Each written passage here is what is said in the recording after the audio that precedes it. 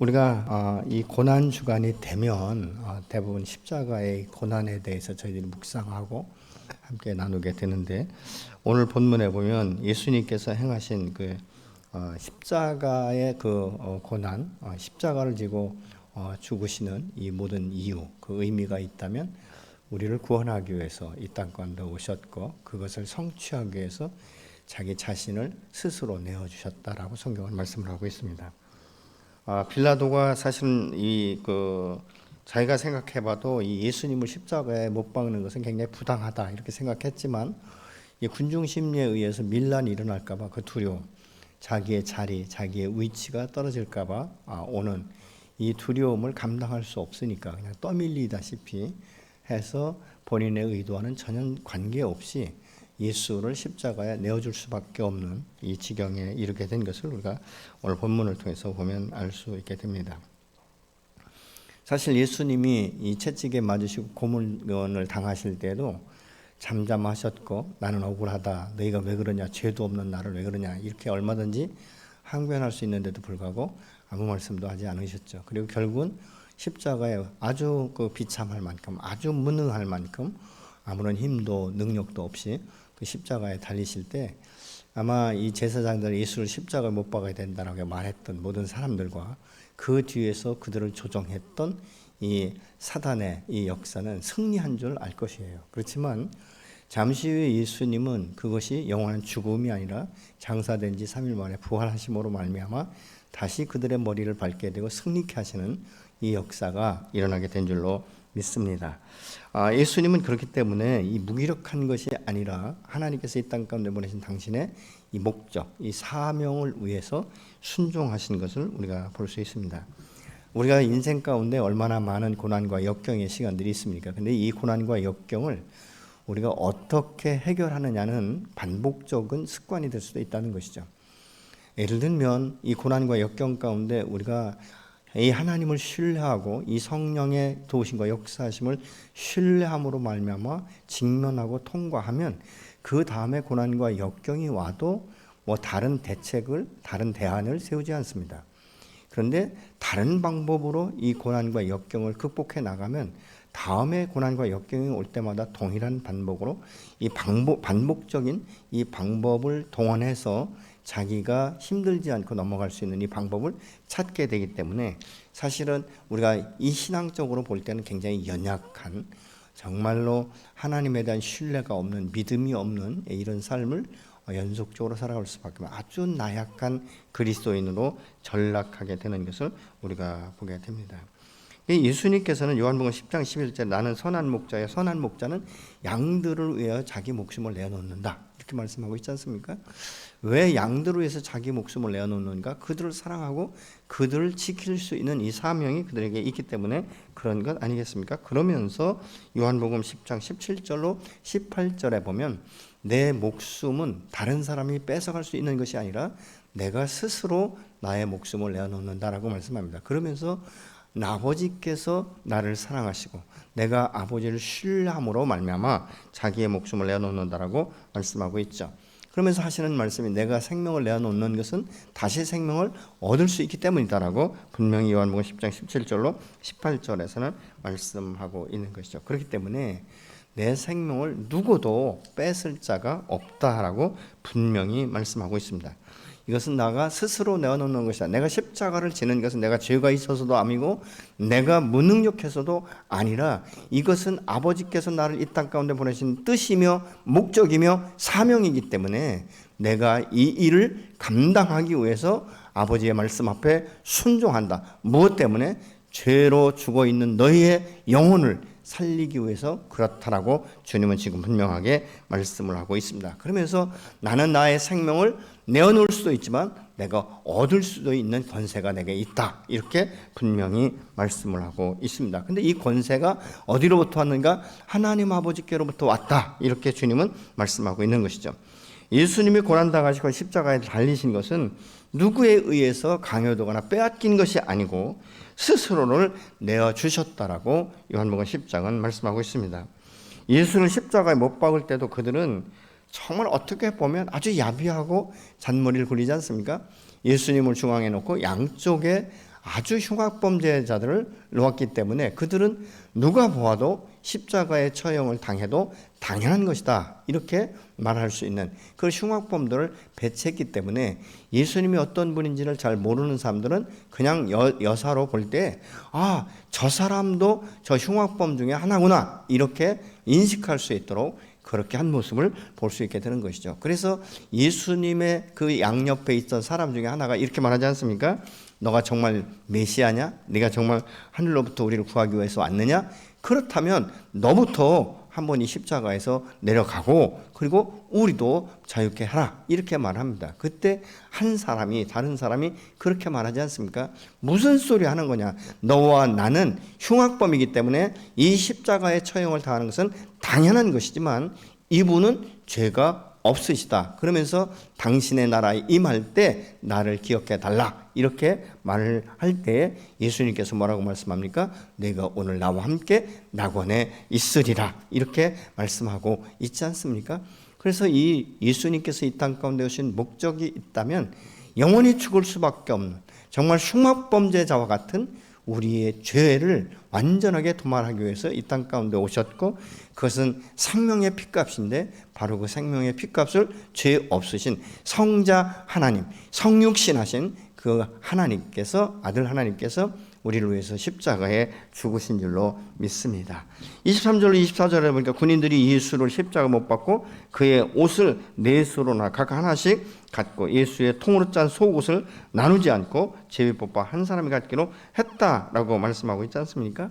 어제도 말씀드렸지만 우리 예수님은 십자가에 죽으실 때 아무것도 거치지 아니하고, 요즘에도 보면 뭐 코로나 때문에 운명하신 분들은 뭐 정신없이 이렇게 수습을 하지만 과거에 보면 우리가 염습을 할 때는 최고 좋은 베옷을 입히거나 아니면 인조, 이 견으로 이 수의를 입히는 것을 볼 수 있거든요. 그러니까 이게 뭐냐면 마지막 죽음, 죽기 전까지는 이분이 힘들게 살았다 할지라도 마지막 죽음, 그 임종과 함께 영원히 땅에 묻힐 이 희신만큼은 최대한의 예우를 갖추는 것을 우리가 볼 수 있게 되는 것이, 그것이 우리나라의 문화고 정서인 것입니다. 그러나 이 예수님이 십자가에 달리실 때는 뭐 최고의 예우가 아니라 완전히 벌거벗긴 채, 그래서 오늘날 우리가 십자가에 매달린 예수를 보면 가릴 때는 다 가렸거든요. 아주 중요한 부분은 가려진 것을 우리가 볼 수 있는데 실제적으로 가리지 않았다는 것입니다. 얼마나 수치스러울까, 얼마나 이것이 참 얼굴 뜨거운 일인가. 내가 어떻게 이곳에 알몸으로 살몸으로 갈 수밖에 없는 것이 우리 인생이지만 어떻게 내가 이렇게 비참하게 처절하게 갈 수 있겠는가라는 생각이 얼마든지, 그 모멸감과 수치심을 이기지 못해서 스스로 자살할 수도 있지만 예수님께서는 그리 아니하시고 그렇게 행했던 것은 성경에 이른 바와 같이 그것이 성취되기 위함이다, 이렇게 말씀을 하고 있습니다. 이것이 무엇입니까? 시편 22편의 말씀을 지금 인용하는 것 아니겠습니까? 예수님은 십자가에 달리실 때 자신의 육신적인 어머니를 이 제자 요한에게 부탁하는 것을 봅니다. 그러면서 이 어머니를 이 제자 요한에게 부탁할 때 보소서 아들입니다라고 말하죠. 그리고 제자 요한에게는 뭐라 합니까? 봐라 너의 어머니다, 이렇게 말씀하고 있지 않습니까? 근데 예수님께서 그 말씀하실 때 이 예수님이 사랑하는 이 제자 요한이 토를 달지 않습니다. 바로 순종하는 모습을 볼 수 있죠. 여러분과 하나님의 말씀 앞에는 토를 달 필요가 없는 거예요. 순종이냐 아니냐이지 그걸 뭘 토를 달고 이러다 보면 내가 순종하면서도 항상 불평과 이 불만, 원망들이 우리 안에서 자꾸 솟아나는 것을 보잖아요. 그게 뭐예요? 억지 춘향처럼 억지로 하는 일들은 기쁨이 없어요. 감사함이 없어요. 그래서 우리가 이 세상 살아갈 때도 사실은 내가 기뻐할 수 있는 것, 그래서 하나님께서 우리를 부르시고 우리를 세우시고 우리가 이 공동체를 섬길 수 있는 것은 무엇입니까? 내게 준 재능과 은사를 따라서 섬기게 하시지 않습니까? 재능과 은사는 쓰면 쓸수록 개발될 뿐만 아니라 우리 안에 기쁨이 샘솟는 거예요. 그냥 날밤을 새고 해도 이것이 기쁜 거예요. 제가 이렇게 그 목회하면서 참 이건 뭐라고 말할 수 없는데 어떤 분이 이러더라고요. 목사님 나는요 아무것도 못하는데 벽에 못도 못 봤는데 근데 공부하는 건 그렇게 재밌대요. 날밤을 며칠씩 세워도 그렇게 좋대요. 그래서 참 특이한 재능이다, 은사다 이렇게 생각했는데 혹시 여러분 가운데 이런 분 계십니까? 여러분 그러면 만약 그분은 행복한 거예요. 성경을 봐도 얼마나 재밌겠어요. 책을 읽어도 재밌지 않겠습니까? 근데 어떤 분들은 또 그게 또 답답하신 분들도 있거든요. 근데 어떤 분들은 이 손 재능이 많아서 뭐든지 그 손에 가면 고치지 못하는 것이 없을 만큼 이런 재능도 있지 않습니까? 근데 그분들은 뜯고 신경 쓰고 하는 것을 굉장히 좋아하는 거예요.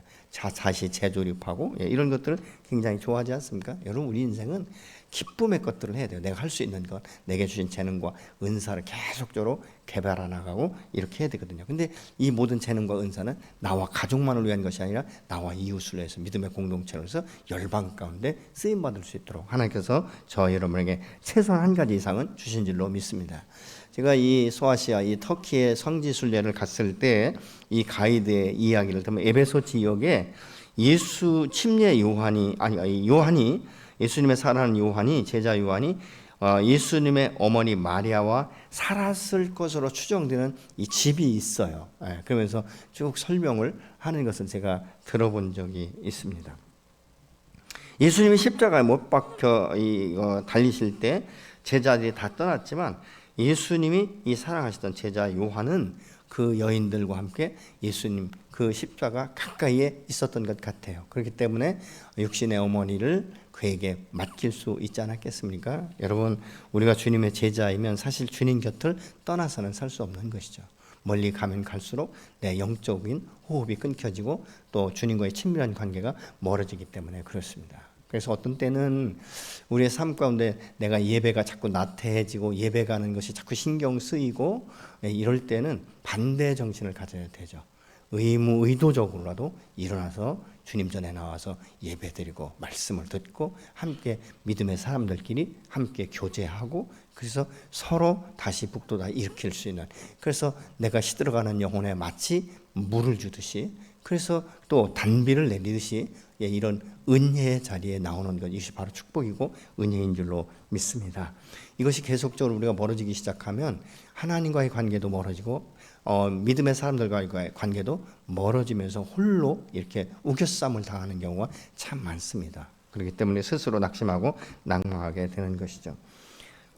그러면서 예수님께서는 또 놀라운 것은 자기를 십자가에 못 박은 그들을 용서하고 있지 않습니까? 그러면서 아버지여 저들의 죄를 모릅니다. 저들을 용서해 주십시오. 근데 이 예수님의 성품을 닮았던 스데반 집사가 사도행전 7장에 가면 마지막 고별 설교를 하면서 돌로 맞는 그 장면 가운데서도 이렇게 말하지 않습니까? 하늘이 열려서 하늘의 영광을 보는데 아버지여 저들이 저 하는 일을 몰라서 그런데 저들을 용서하여 주시옵소서. 그렇게 기도하는 모습을 우리가 사도행전을 통해서 알 수 있게 되는 것이죠. 죄인들을 용서하달라고 기도하시는 이 주님을 우리가 바라봐야 되는 것이죠. 여러분 우리가 용서라는 것은 참 어떤 때 보면 쉽지 않습니다. 이 용서라는 것이 우리가 성경으로 보면 당연히 맞는 것인데도 불구하고 용서가 어렵습니다. 그리고 아주 멀리 있는 사람은 별 관심 없기 때문에 용서를 하든 안 하든 뭐 별 상관이 없어요. 근데 가까운 사람일수록 굉장히 힘든 이런 모습들을 우리가 보게 되는 것이죠. 성령 충만한 사람일수록 사실 죄를 짓지 않는 것, 거룩한 삶을 사는 것 그것이 아니에요, 여러분. 뭐겠습니까? 회개하는 속도가 빠른 거예요. 성령에 충만한 사람은 회개하는 속도가 빠른 겁니다. 왜? 바로 죄를 인식하고 그 죄를 깨닫고 회개하기 때문에 그런 것이에요. 그런데 성령이 충만하지 않으면 아주 이게 한번 손을 꼬부리기 시작하면 얼마나 움켜잡고 있는지 어떤 분들은 그러잖아요. 죽어도 내가 못 잊는다. 이렇게 말씀하는 분들도 있습니다. 여러분 사실 이 용서라는 건 쉬운 것은 아니지만 내 힘으로 하려니까 힘든 거예요. 그럴 때는 우리가 성령께 도움을 요청하고 성령의 도우심을 따라서 우리가 용서하는 이것이 매우 필요한 줄로 믿습니다. 그러면서 용서는 홀로 있을 때도 선포하는 거예요. 내가 예수의 이름으로 이 사람을 용서하기로 결단한다. 이렇게 선포하는 것도 매우 중요한 것이죠. 예수님의 십자가의 피의 능력과 사랑과 은혜가 내 안에 흐르고 있는데도 불구하고 이것이 왜 이렇게 어렵고 힘든지 그게 뭔지 아십니까? 우리가 이 죄성을 가지고 있을 뿐만 아니라 우리의 육체를 가지고 있는 우리의 심령은 참 약해요. 약합니다. 그렇기 때문에 이 연약함 자체를 내가 먼저 고백을 하고 이것에 대해서 내가 어둠에게 이 쓰임받지 아니하도록 성령의 도심과 성령의 역사심과 하나님의 한량 없는 이 은혜의 보좌 앞에 나가서 감사함으로 그 궁정에 들어가고 하나님을 찬양할 때 나도 모르는 사이에 내 마음과 내 심령이 풀어지는 이런 역사가 일어나게 되는 줄로 믿습니다. 예수 믿는 사람에게 그렇기 때문에 필요한 것은 열정도 중요하지만 열정보다 더 중요한 것이 뭐냐? 먼저 내 성품이 변화가 되는 것. 이것이 바로 우선순위가 되어야 될 줄로 믿습니다. 성품이 준비되지 않은 상태에서의 열정은요, 많은 사람을 상하게 해요. 바울이 처음에 부활의 주님을 만나기 전에는요, 율법에 해박하고 자기 가문과 출신에 대해서 굉장한 자부심을 가진 사람입니다. 그래서 율법에 해박하기 때문에 예수 믿는 사람들이 그런 어떤 율법에 대해서 잘 못 나누고 그러니까 아주 무시했던 것이죠. 아주 우습게 생각한 것이에요. 그런데 그가 다메섹 도상에서 예수를 만난 후에 자기가 가지고 있었던 모든 학문과 모든 백그라운드를 다 배설물로 여기면서 던져버리는 이 모습을 볼 수 있지 않습니까? 그러면서 내가 하나님의 말씀 안에서 발견되는 것이 가장 고상함을 인합니다 라고 그가 고백하는 것을 우리가 볼 수 있게 되는 것이죠. 28절 30절에 보니까 예수님이 모든 일이 다 이루어진 줄을 아시고 성경을 응하게 하사 내가 목마르다 이렇게 말씀하니까 이 신포도주를 이 해면에 적셔서 예수님의 입에 대줍니다. 그리고 그것을 잠깐 대신 후에 마지막 말씀이 무엇입니까? 내가 다 이루었다라고 말씀하고 있지 않습니까? 무엇입니까? 제3에 대해서 완성했다라고 말씀하고 있죠. 그렇기 때문에 그 십자가의 이 사건을 누구든지 믿고 그분이 영원한 죽음이 아니라 이 장사된 지 3일 만에 부활하셨다는 이 부활의 생명을 우리에게 주셨다는 것을 믿는 자들마다 회개하고 예수 그리스도 개인의 구세주로 영접하면서 내 인생의 주인은 이제 더 이상 내가 아니라 바로 예수 그리스도라는 것을 인정하기 시작할 때 우리 마음 가운데 진정한 자유가 임하기 시작하는 줄로 믿습니다. 그래서 우리 예수 믿는 사람들의 이 마음의 지경이 지속적으로 넓혀져야 돼요. 세상 사람들이 지탄을 받는 것이 무엇입니까? 예수 믿는 사람들은 너무 마음이 좁다는 거예요. 그런데다가 어떻게 보면 참 이 세상 사람들은요, 막 이렇게 꼬이고 이럴 때 술 한잔 하고 이러면 풀어지거든요. 근데 예수 믿는 사람들은 그게 안 되는 거예요.